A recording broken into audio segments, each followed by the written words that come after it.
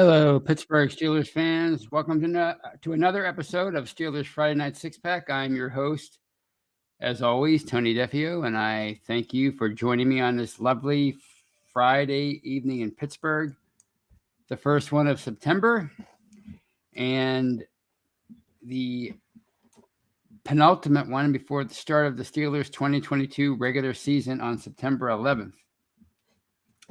So, as always, I hope it's great wherever you are right now. If you're watching me live on YouTube or Facebook, or if you're listening to me in audio form, I hope it's a great, lovely time wherever you happen to be in Steeler Nation. And before I continue, I'd like to ask you, as I always do, to please like and subscribe to our Behind the Steel Curtain YouTube channel. We bring you live shows each and every day and night. Just a little while earlier on Friday evening, we brought you the Touchdown Under show with Maddie Peverall and Mark Davison, who were bringing you Steelers content from Australia. That's every Friday around 5 o'clock Eastern Standard Time. And of course, there's this show. We have Bad Language over the weekend. We Run the North with Kevin Tate, who is having a birthday on September 2nd. So happy birthday to Kevin. At least that's what I understand anyway. We have pregame stuff, postgame shows. Monday, we have The Hangover with Brian Anthony Davis, Shannon White, and yours truly. Tuesday, we have The Scobro Show with Dave and Rich Schofield. Wednesday, we have Know Your Enemy with Jeffrey Benedict and Shannon. And then, as I mentioned, we have the preview every Thursday with Jeff Hartman and Dave and Brian. Let's see, is that it for all of our live shows? I believe it is. And of course, you can catch all those shows live on Facebook and also after the fact on any audio platform of your choosing. And we have a whole host of audio-only shows that you can listen to each and every week, including Let's Ride with Jeff Hartman, The Stat Geek with Dave Schofield, The Steelers Fix with Andrew Wilbar and Jeremy Betts. Bad Language, I believe, is on. It's an audio show, so I stand corrected. Bad Language is now an audio-only show. So that's on the audio side. The War Room with Maddie Peverall. From the Cutting Room Floor with Jeffrey, if I didn't mention that already. And we have a bunch of other shows. So please check those out. And again, you can find them on any place where we can find podcasts. You can find our channel. It's a rapidly growing channel. Oh yeah, I always forget this one. The What He's Talking About podcast with Kyle Kreis, the very entertaining Kyle Kreis and his buddies out there on the West Coast, and they will be doing the primetime post-game shows during the regular season. So check those guys out. You won't be sorry. And check out Behind the Steel Curtain, the website. We bring you news, commentary, film breakdown. It's your one-stop shop for all your Steelers needs. Let's see who we have in the live chat on this lovely Friday evening. Who was number one? Kathy Ford says, hi, Tony. Hello. Jared Devil, bridesmaid again, number 2, but he's always up there at the top of the list. State of the Steelers. Also, yeah, State of the Steelers has a podcast too. So you can check that out every week. Danny Owens Jr., Kyle Kreis, who says, heard this guy hates Penn State. And what can I say? I'm a Pitt fan, Kyle. If you're a Penn State fan, surely you can understand this. On the other side, nothing personal, except it is. It's sports.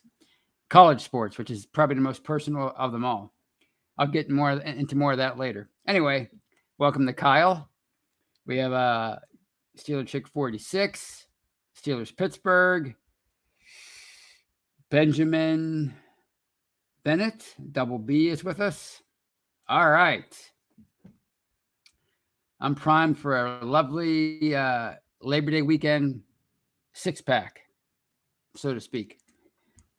So let's talk about some Steelers news. Following their 19-9 victory over the Lions last week, they had to make their final cut down to 53 players on Tuesday, and there really wasn't a ton of surprise, I guess. We hype these players up so much that even the guys that are really on the fringe of the roster, when they get cut, you're like, oh my gosh, I can't believe they cut that guy. Like, why can't you believe it? They're on the fringe of the roster. But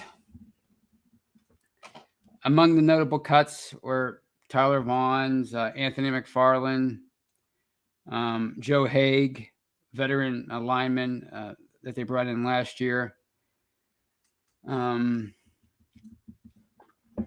Derek Tuska was cut, signed to the practice squad, and I believe he got picked up by another team on Friday. I think it was the Titans, I want to say.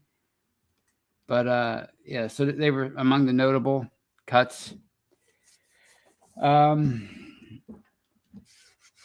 I totally shocked by anything? No. Was I happy?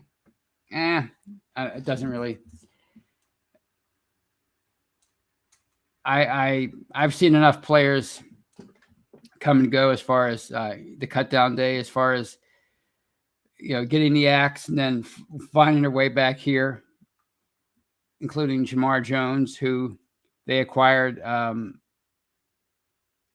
guess it was on Thursday. I'm going to say they picked him up after he was the star of last year's training camp and preseason. They cut him. People couldn't believe it.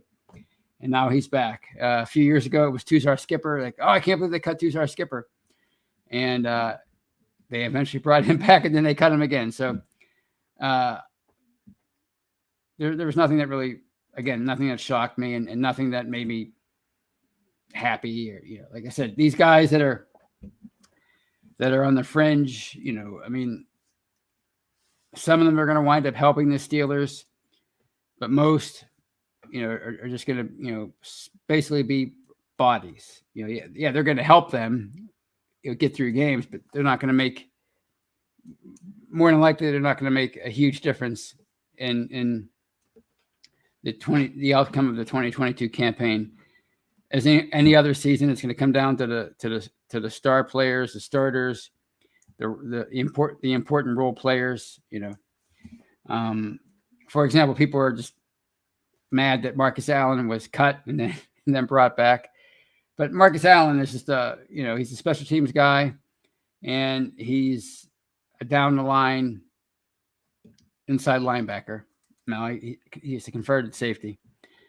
Now Allen was originally cut and then brought back, but I think that was more strategic, because I think they had to get down to a 53-man roster before they could put certain players on the injured reserve list to start the year. So they probably told Allen, we're gonna let you go, but stick around, stay by your phone, keep your phone on, because we're gonna bring you back.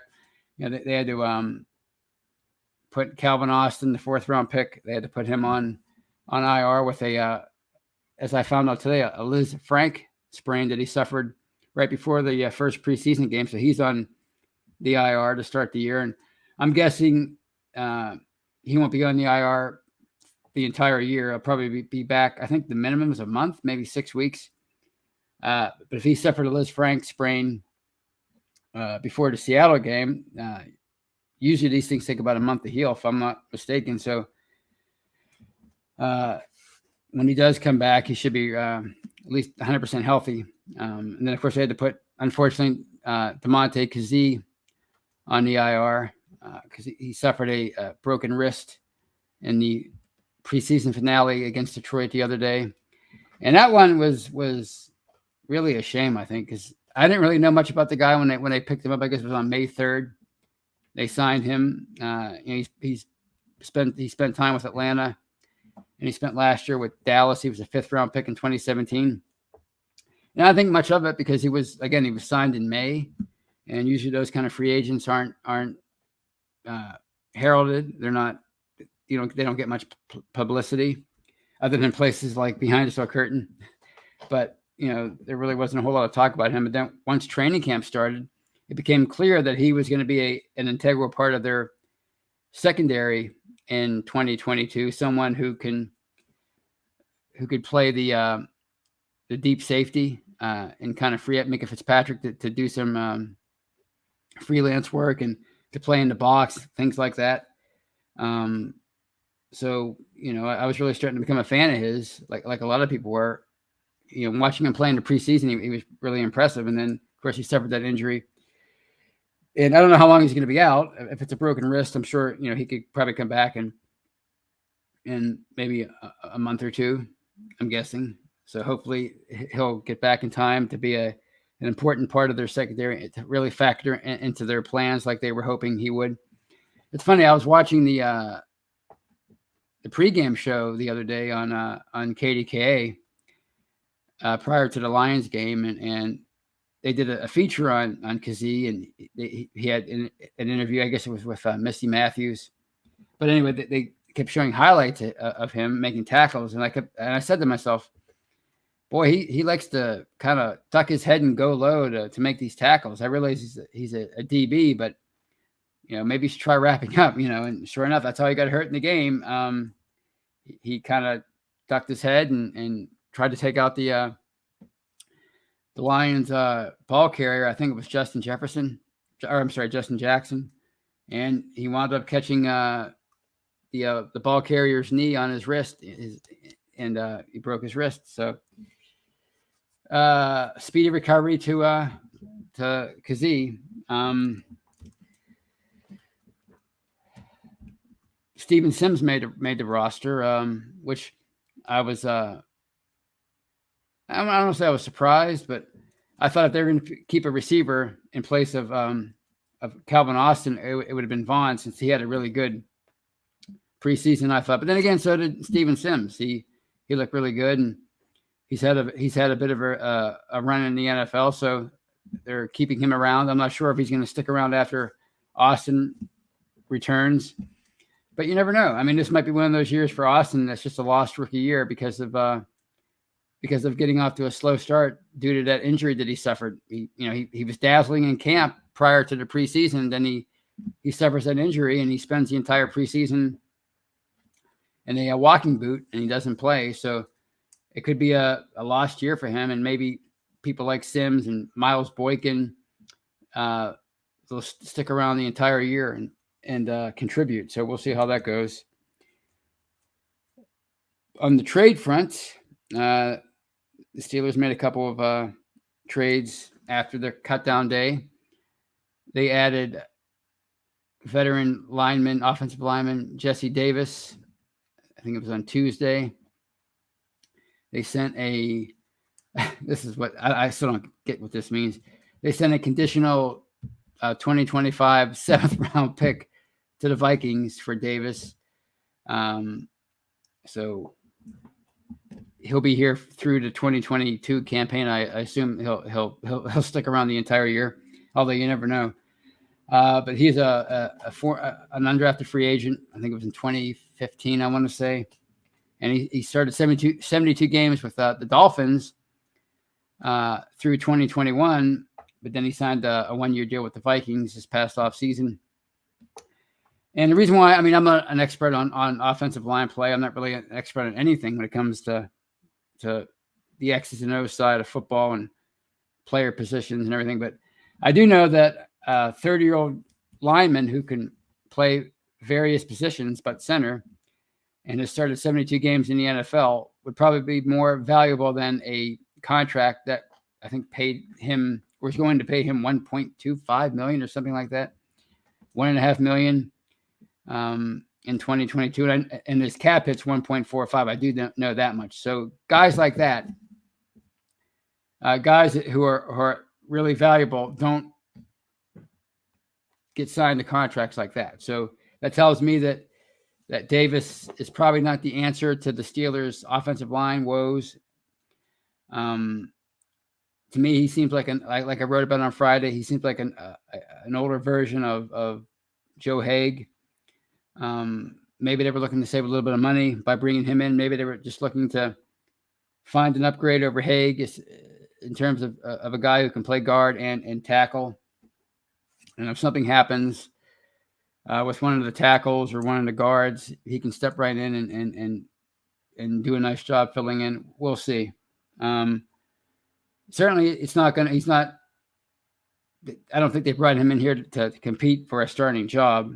I mean, if they do, then it's an indictment to people like Dan Moore or Kevin Dotson or whomever whoever's job he would take over, without an injury, of course. So, what to do about the line? Well, it's like I talked about last week. You just have to kind of bite the bullet for now if you're the Steelers, if you're the fans, and you have to realize that it's going to take – it's still a process. It's an ongoing process. If you watch Sunday's game at Acrisure Stadium, they, again, struggled. I mean, they struggled to run the ball. They struggled to protect the passer. None of the three quarterbacks that played had much time in the pocket. And, it was kind of alarming. Dan Morse continued to struggle. Most of those guys really struggle. So I don't know what you can do at this point, but you're not going to be able to fix the issue with a veteran lineman that you got for a conditional future 7th round pick. That's certainly not going to be the answer. So, like we keep saying, you just have to hope that they can find continuity together, that individually they can find a way to improve, especially guys like Moore and Shooks and hopefully Daniels is just going through a tough time adjusting to his new team. So individually they have to learn they have to try to get better through coaching and practice, and collectively they have to find a way to work together as a 5-man unit. I mean, we've talked about that many times. It gets mentioned every time anyone who knows what they're talking about with the offensive line, when they talk about the problems, one of the things they mention is it takes time for them to gel as a unit, and apparently that's more important for the offensive line than any other position in football, maybe other than the secondary. Learning how to work together and figure, works. This is learning each other's tendencies and their moves and how they react in certain situations. So, like I talked about last week, it was an ugly 4 or 5 years here before they finally turned a corner. And I'd say the end of 2013 is when they kind of started to settle down and gel as a unit, and that carried over into the next year. And eventually they had one of the premier offensive lines in the NFL. So, it's probably one of those deals where they're going to have to try to get through 2022 and hope to see improvement. And then next year, since they've thrown so many, they've addressed a lot of other areas over these past 3 or 4 drafts, including linebacker, running back, quarterback, obviously, defensive line, secondary. So now they're going to have to maybe throw some premium picks at the line if there isn't a drastic improvement this year, which is exactly what they did the last time in the early 2010s when they finally decided to start throwing premium picks at the offensive line. So it's just a matter of them trying to get through this year and then see where they are as far as players like Moore and Dotson and Kendrick Green and Shooks and those guys. Have they made any strides to the point where you're confident that they can be a part of the offensive line in the future? That, the Jesse Davis trade is kind of like, it's a meh trade. But the trade they made, I think it was after Davis or maybe it was before, was when they brought in Malik Reed from the Broncos. They swapped 6th-round picks, and then the Steelers also got a 7th-round pick, I guess, for next year in the Reed deal. And he's an outside linebacker, edge rusher. Spent 2019 undrafted free agent out of Nevada. spent his first 3 years in Denver. He was basically a full-time starter the last 2 years due to injury, including Von Miller, who missed most of 2020 with an ankle injury. And he recorded 13 sacks the last 2 years, which, for an undrafted free agent, that's not bad. He has 15 in 45 games. And he was obviously brought in to address the depth problem at outside linebacker behind TJ Watt and Alex Highsmith. So it looks like a good deal. I'm not saying this guy's a starter material long term or the next James Harrison, but for 2022, and he'll be a free agent after this year, but for this season, he looks like he could provide them quality snaps as a backup, and that's really all you can ask for when you're talking about your backups. Like I said in the past, people seem to want that ironclad insurance policy when it comes to depth and at every position. You're just not going to get that in most cases. People always say, I'm concerned about the depth at insert position here. Well, I mean, you could probably say that for most teams in the NFL. It's just not like it used to be in the 90s. Like when Bill Cowher was the coach, and he seemed like he always had quality depth. Well, with these contracts becoming more and more outrageous for these star players at just about every position, it's hard to have quality backups, people waiting in the wings. And a lot of players, they don't want to be stuck behind. A lot of quality backups don't want to be stuck behind starters for 3 or 4 years. They want out. They want to get traded. So it's hard to maintain quality depth in 2022. So it's going to be an issue for a lot of teams, and the Steelers are no different. We just think they are because we have such tunnel vision about them. But believe me, other teams are going through the same problem. Having said that, I think Reed will be a fine backup for them. He'll probably be the third linebacker, and Jones should factor into the rotation, which is probably why they brought him in here. They wanted him to be. They probably saw him as an upgrade over Tuska. So I think that's something that if you were worried about the depth at outside linebacker, that kind of addresses that. I think they did that they addressed it as well as they possibly could, considering what they're paying TJ Watt. It's hard to have a expensive backup. And another good thing about Reed is he's a young player. He's an undrafted free agent. He's not a former number 1 pick like Melvin Ingram was last year coming in here, a veteran, a guy who probably thought, as it turned out, that he was a little disingenuous about his intentions when he walked in the door. He probably had designs on Alex Highsmith's job, and by the end of the year or before the trade deadline, they had to ship him out. And Mike Tomlin kind of said, we got to reevaluate the kind of players we bring in here, because it's probably better if we bring in guys from the start and let them know their role from the start and let them grow in that role from a rookie on up. Well, Reed's not exactly that, but he is a career backup. I mean, he has started the last 2 years due to injury, but he knows his role as of right now, and that's as a backup. So I'm happy with that deal. And the question remains now with, 9 days to go until the start of the 22 regular season. Are they done? And they're probably not done. They're probably going to make more moves. They're probably going to try to address other positions, maybe. I don't know.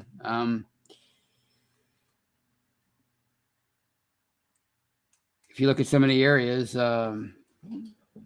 Kazee, for example, was a loss for them, but they do have Norwood, who I think has potential to be a similar player, and he showed that a lot last year. Are they happy with their safety depth? Are they happy with their cornerback depth? I don't know. I guess we'll find out. But there's still 9 days to go before the start of the season, so there's still time to make moves. And even after the season starts, the moves continue, and that's why I kind of feel bad about some of these players that like Jaylen Warren. That was a great story. If you heard the soundbite of him talking about how he couldn't believe that he actually made the team, the undrafted free agent, that kind of was the one of the Camp Darlings, one of the Isaac Redman Award. I think he won the award. It was either him or Mark Robinson. I forget who won, but he certainly captured our fancy as fans. And listening to him describe that feeling, it was almost like watching Invincible with Mark Wahlberg, about how I called my family. I let them know that I made it. I found I made it into the NFL. I'm an NFL player, but oftentimes those guys that just make it, they just make the final cut. They fall victim to a numbers game later on in the year. Sometimes a week or two later, and they get cut, and because maybe somebody got hurt at a different position, and they had to make a move. So I kind of, I'm happy for those guys when they make it, but at the same time, I'm like, all right, don't get too excited because, something could happen, and you might have to, you might wind up on the practice squad. So we'll have to keep an eye on that and keep checking back to behind the steel curtain for news in that regard. What else do I want to talk about tonight? Oh, yes. I want to talk about what I was kind of kidding Kyle about at the beginning of the show, and that's Thursday night's backyard brawl between Pitt and West Virginia. If you happen to catch that game on ESPN, I mean, Acrisure Stadium was electric. It was fantastic. I have never seen that stadium, or I should say, I haven't seen that stadium look like that for a college game, maybe ever. Maybe 2016 when Pitt and Penn State, they had a 3-point game, and of course the stands were full because back then it was called Heinz Field. And it was the first time the two teams played each other since 2000, and it was an exciting game. And there are a lot of Penn State alum in Pittsburgh and Allegheny County, so maybe then. But Thursday night, it was the first time that the two teams played each other for 11 years, and it was just a thriller, and it went right down to the last few seconds. And to me, that's what college football is all about. And to me, that's where college football kind of has it over the NFL, I think, because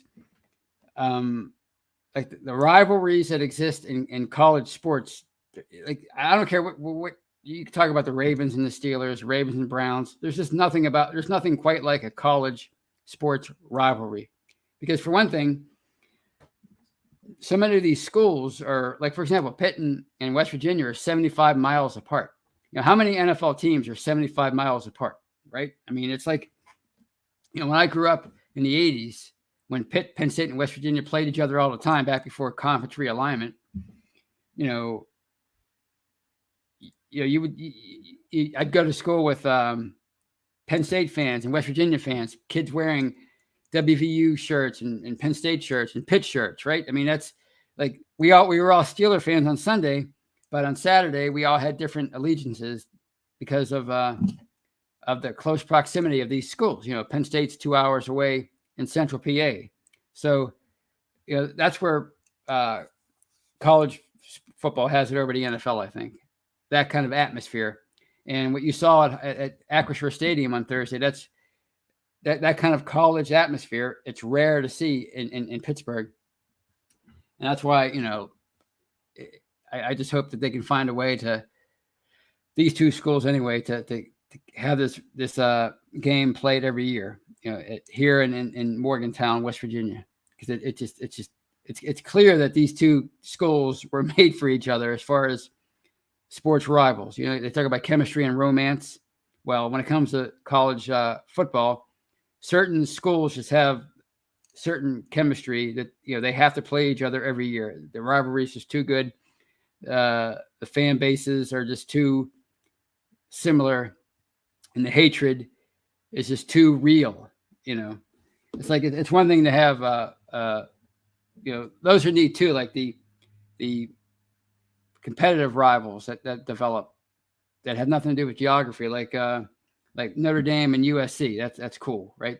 But those interstate rivals, those in-state rivalries, it's just fantastic. So it was a great time. It was one of the most exciting games I've ever seen, college or pro, and one of the most fantastic finishes. And to kind of relate it to the Steelers a little bit, that's what Pitt is, where the Steelers want to be. They're new again. Pitt Panthers are new. They're exciting. The fans are buying in. They finally got over the hump last year by winning the ACC championship. If you're a Pitt fan, you know how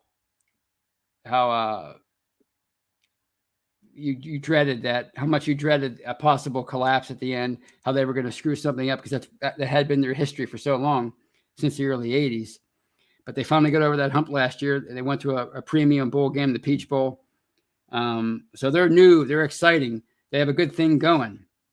Their current run that they're on could maybe propel them into some success that they haven't seen since the 70s. The Steelers are trying to get back there again. They're trying to get back to that kind of a thing. People were talking about the attendance last year. Why was it so low? Why were there so many no-shows? Why did the atmosphere seem so underwhelming? I think it's because people had seen enough of the show that started in 2004 when Big Ben came in and that Super Bowl run, and they were trying to hold on to that to the past with him as their quarterback. And I think people just realized that they had jumped the shark as an organization. That era had jumped the shark, and it was time to move on. So Pittsburgh has a young team, as we've talked about before. They have what looks to be a good to great young quarterback in Kenny Pickett, who played for Pitt, obviously. So there's hope that they can get back there again, and he could be the guy that helps lead them there. Maybe not this year. It's probably going to be Mitch Trubisky, but in 2023 and beyond, there's a chance for this for a rebirth for these Steelers, like there was in the early 90s under Bill Cowher after Chuck Noll retired. So I like those similarities with Chuck Noll and passing the baton to Bill Cowher 30 years ago, and Big Ben indirectly passing the baton to Kenny Pickett, maybe not in 2022, but certainly by next year. So I think that's the kind of magic I hope to see at Acrisure Stadium again during Steeler games. Something we really haven't seen, that kind of electricity. We haven't seen that for a Steelers game in quite a while, in my opinion, anyway. So those are my thoughts for tonight, and I will spend some time answering some questions, highlighting some comments, and I'll start off with Steeler Chick 46, who says, "I am actually drinking a beer tonight." You go, Steeler Chick 46, and it's Labor Day weekend. It's a weekend to relax and let your hair down. So this one is from Kathy Forred, and she asked, "Anybody pick up Tyler Vaughn's?" I'm not sure. I don't think they have. I haven't seen anything, but he is a fine young receiver, and I wouldn't be surprised if he winds up on a 53-man roster before long.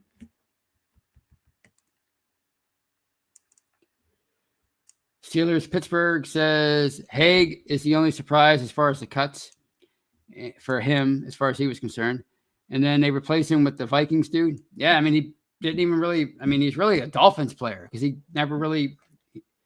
I'm obviously he played in the preseason for Minnesota, but they dealt him away before he could play a regular game with them. So yeah, I mean, again, like I wrote about on Friday, they're kind of grasping at straws. They're trying to figure stuff out because that's all they can do at the moment. You know, I can't criticize them for it. But the reason why I wrote the article that I wrote is because I think people were kind of assuming that this was an answer for like maybe at left tackle or at left guard, and that's just not it. They're not going to bring in a guy like this and throw him in as the starter. They brought him in for depth. He's adjusting. You know, he's a in case of emergency break open glass kind of a player. That's who he is. Just like Joe Haig was for them last year. So I think they're just trying to figure. You know, they know what they had in Joe Haig, and maybe they're trying to find a slight upgrade with Davis, and who knows, maybe they were trying to save some money too. Here's one that I kind of forgot about Benny Snell. That did kind of surprise me. This is from Kathy again, and she says, it took a long time for me to admit Benny wasn't going to break out as RB1. Yeah, I think a lot of people were not just shocked, but sadly disappointed that Benny Snell stuck around. But I'm not being original when I say this. Clearly, they like him for his special teams, and he's a really good special teams player, so that helps him stick around. But Kathy brings up a good point about Benny Snell and how it took her a while to admit that he wasn't going to be a starter in this league. Because, you know, when these guys come into the league, these 4th, 5th, 6th, 7th round, and this is something that Tyler Warren might find out. I'm sorry. Yeah, Tyler Warren might find – no, Jalen Warren. Jalen Warren. It's late. Jalen Warren might find out soon enough. And that's, you know, these guys, most of them don't go on to have productive careers. They can stick around. They can have NFL careers, but they don't – more often than not, they don't turn into stars. So I remember when Benny Snell came here in 2019, we were excited about his productivity at Kentucky. Benny Snell football, downhill runner, you know, he's part of NFL royalty. His great uncle, I guess, played in Super Bowl 3. He scored the first touchdown of that game. But, you know, it just didn't work out. It just hasn't worked out that way. And before Benny Snell, a year earlier, it was Jalen Samuels, a 5th round pick out of NC State, jack of all trades, could play tight end, catch the ball out of the backfield, running back. You know, will Jalen Samuels be the steal of the draft? He's the most versatile player maybe in the draft. And, you know, by year 2, people wanted him gone. They had enough of Jalen Samuels. But that's just how it is. I mean, we hype these guys up so much after they're drafted, and it's so much easier to do today because everybody has a voice, everybody's on social media, everybody has a podcast, everybody's sharing their opinions, everybody's breaking things down, and you kind of, and it's fun. I mean, it's fun. I get the fun part of it, but you know, it's important to remember that, you know, the hype usually doesn't, you know, these players don't usually live up to that kind of hype. Not these kind of guys, not 4th, 5th, 6th round, 7th round draft picks. So.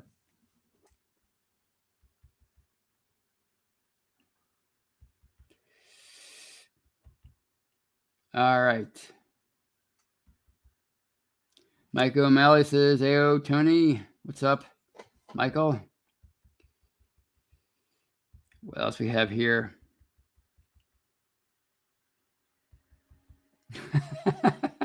Mark Malone, who joined us a lot, former Steelers quarterback. I hope that would be just so cool. And he says, I wouldn't want to have played behind those guys. Yeah, Mark Malone. And Mark Malone was a good athlete in his day. I mean, he had a 90-yard touchdown reception. At the time, it was the longest touchdown in team history, from Terry Bradshaw to Mark Malone back in 1981. So for Mark Malone to say that, I mean, it's an indictment of the Steelers' current offensive line. So that's a good point, Mark. By the way, Mark, I hope you get inducted. You're not going to get inducted to the Steelers Hall. What am I kidding? Who am I kidding? But I hope you have a relationship with the organization at some point. This one from Michael O'Malley about the offensive line, who has an opposite take than Mark Malone. And another double M kind of Michael O'Malley says, I absolutely hope they gel and really become a good unit. You and me both. Because, that would solve a lot of the problems, right? I mean, it's like I keep saying, you can't address every issue with a premium pick or a expensive free agent. You have to hit on some of these mid-round picks. And I said earlier that, these mid-round picks and these undrafted free agents, their chances of them becoming stars are pretty slim. But, you can also have a pretty decent career as a role player.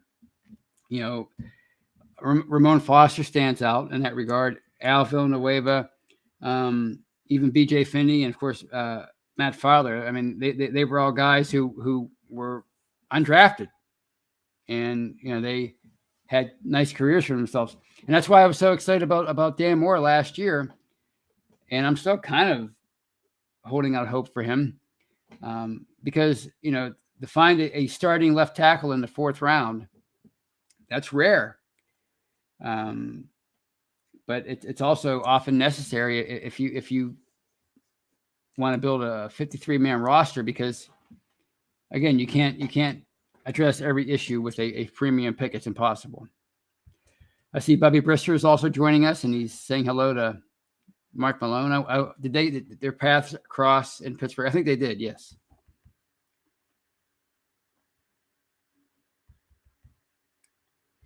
That's right. Mark Malone and Bubby Brister, and they're in the chat just about every show now, which is cool.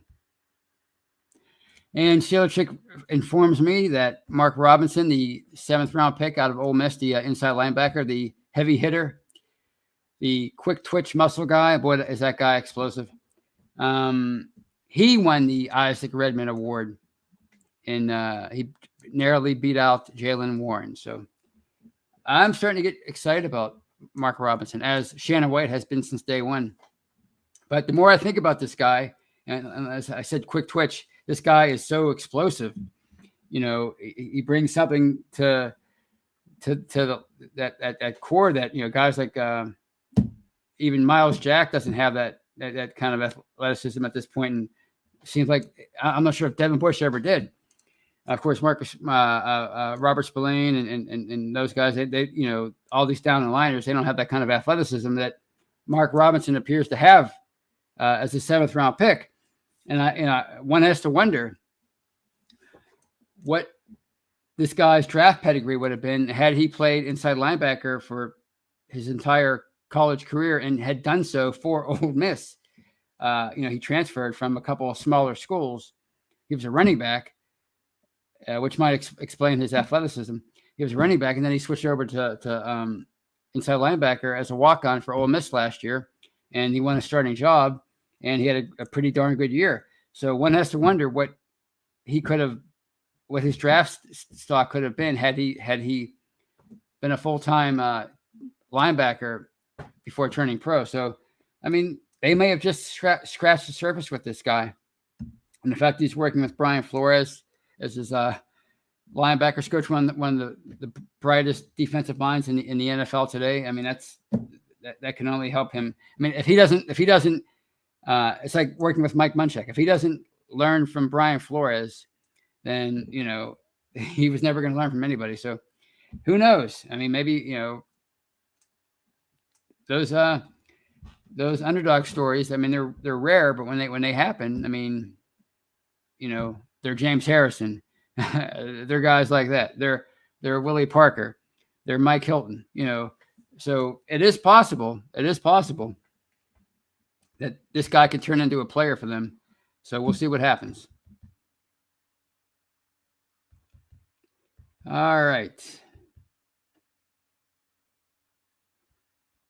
And Evan Gallus says, so Malik Reed is wearing number 50. He's going to wear Ryan Shazier's number.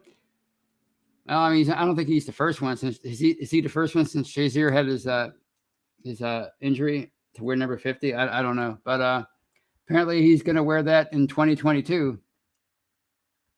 Claude Bishop asks, do you think the run defense will be better this year? I do, and that's simply due to the fact that Alualu and Ogunjobi are going to be starters, and neither one of those guys was in the lineup last year. Alualu was lost in the second week for the year, and of course Tuitt missed all of last year, and Ogunjobi was in Cincinnati. So from that standpoint alone, I think they're going to be better. But I mean, the question is, are they going to be on the field all that often together? As a not just the two of them, but the two of them and Cam Hayward, because they're using so much, so many packages with two down defensive linemen. So it can't just be those guys that stop the run. It's got to be the inside linebackers, the dime linebackers, the nickelbacks, those kind of guys. Obviously, Watt and Highsmith. So I think they're going to be better. I mean, it's hard to be much worse. It's hard to be worse. I can tell you that. I mean, it was really bad last year. So we'll see.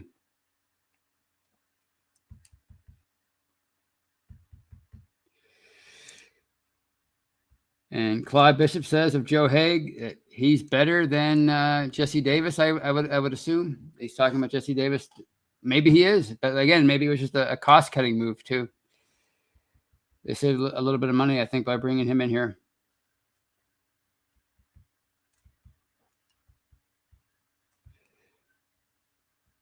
Steelers Pittsburgh says Randy Lamb meeting Randy Fichtner ruined Jalen Samuels' career. I don't know. I mean, he had a pretty darn good rookie year here under Randy Fichtner. Remember that Patriots game when he rushed for like 140 yards and that win over the Patriots at the end of 2018 kept him in the playoffs.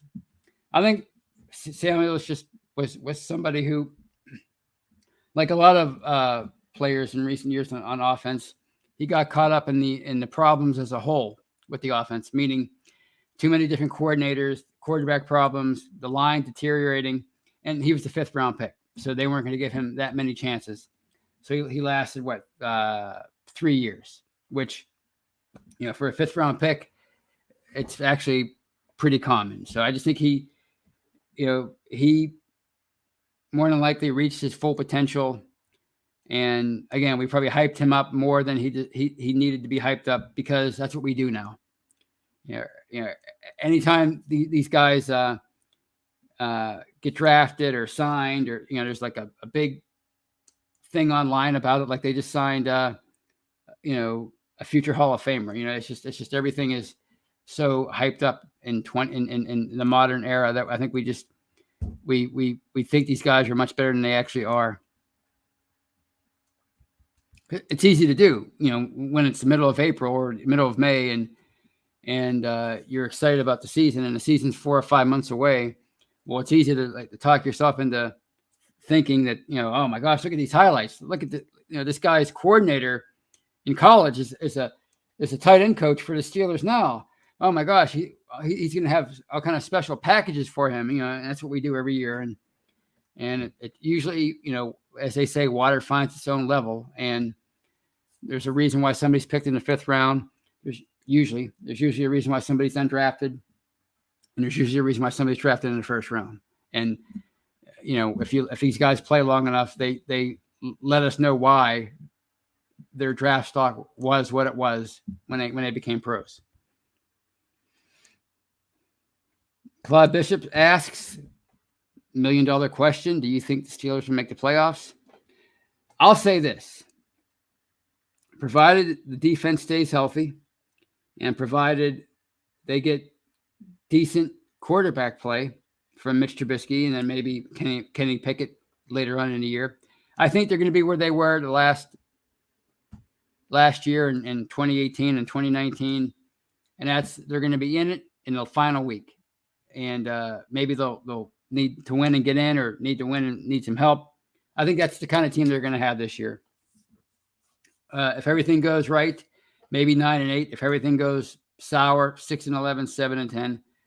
But 9-7-1 got them the 7th seed last year. So as of right now, that's what I'm predicting. They're going to be once again fighting for a playoff spot at the end of the year. I mean, you look at the AFC; it's just so loaded, and their schedule's so tough, especially to start the year. You got the Bengals, Bills in there, the Patriots, who are, I mean, they're not the Patriots anymore, but they're still pretty tough. And they made the playoffs last year. The entire AFC West is loaded. The Bills are primed to make it to the Super Bowl this year. The Ravens are healthy again. Obviously, the Bengals are the defending AFC champions who have blown Pittsburgh out the last 3 years. So it's going to be tough. It's going to be a daunting task. But I think if their defense is dominant and healthy, and if their quarterback play is even just above average, I think they can hang in there until the end. All right. I think I've talked long enough. And on that note, I will call it a night. I will wish you all a happy Labor Day weekend. I hope you enjoyed that college football. I mean, college football is great. I love college football, and now that nail biter is out of the way with Pitt and West Virginia, I can watch some great college football this week without having a heart attack. So I'm looking forward to Notre Dame, Ohio State, and those kind of games this weekend. It's just such a great time of year. So you guys enjoy your holiday, and you guys enjoy your weekend. And until I talk to you again, have a great weekend. And as always, go Steelers. Goodbye, everybody. It was a cold